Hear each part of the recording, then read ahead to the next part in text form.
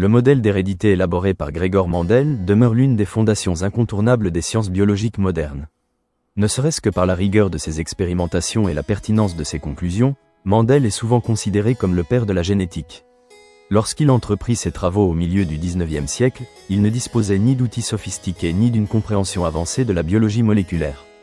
Cependant, son approche méthodique et sa capacité d'observation exceptionnelle lui permirent de révéler des principes fondamentaux qui façonnent encore notre compréhension de l'hérédité aujourd'hui.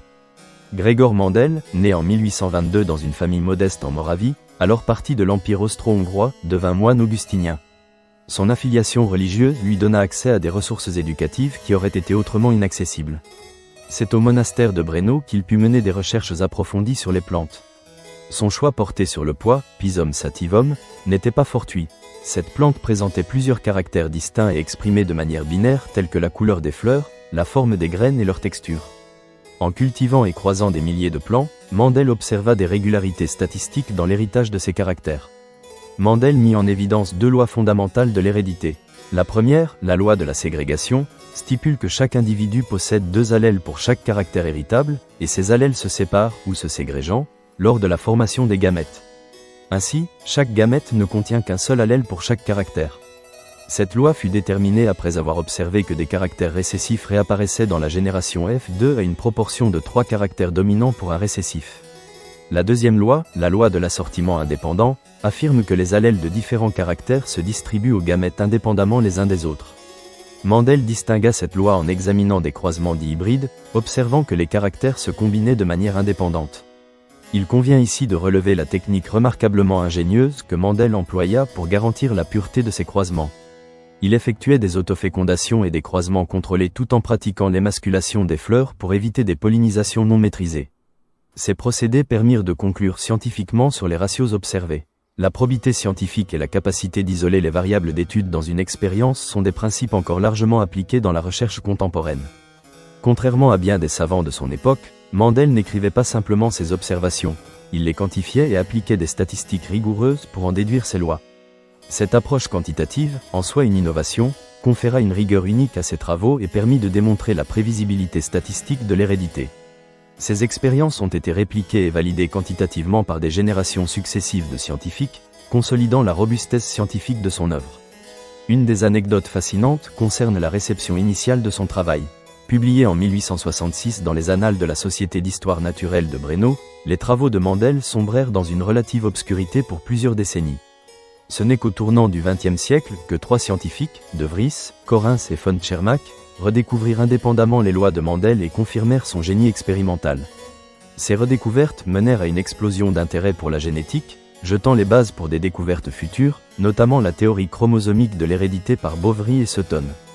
Avec l'avènement de la biologie moléculaire au XXe siècle, la compréhension des mécanismes exacts sous-jacents aux observations de Mendel s'est précisée.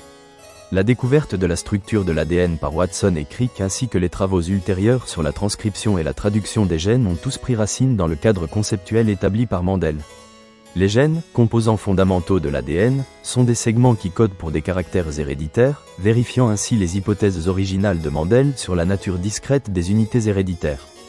Par ailleurs, des développements récents dans des domaines tels que la génétique quantitative et les approches polygéniques montrent que, bien que les principes mendéliens soient essentiels, ils ne peuvent à eux seuls expliquer la complexité des traits héréditaires observés, surtout ceux influencés par l'interaction de multiples gènes et l'environnement.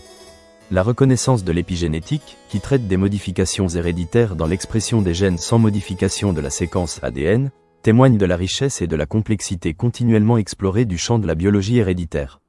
Le modèle d'hérédité de Gregor Mendel a eu d'immenses répercussions au-delà de la biologie.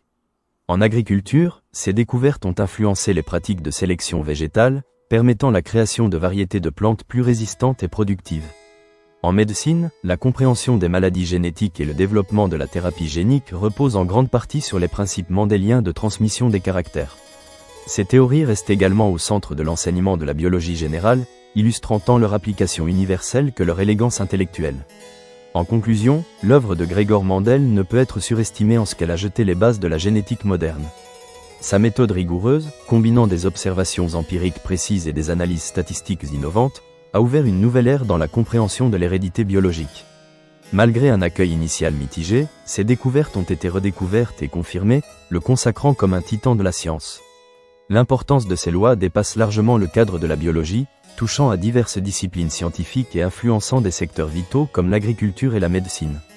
Mais ce sont peut-être ces qualités humaines, persévérance, rigueur intellectuelle et humilité, qui incarnent le mieux l'esprit de la science. L'étude de ces travaux constitue donc non seulement un voyage instructif dans l'histoire de la science, mais aussi une source d'inspiration pour les chercheurs de demain.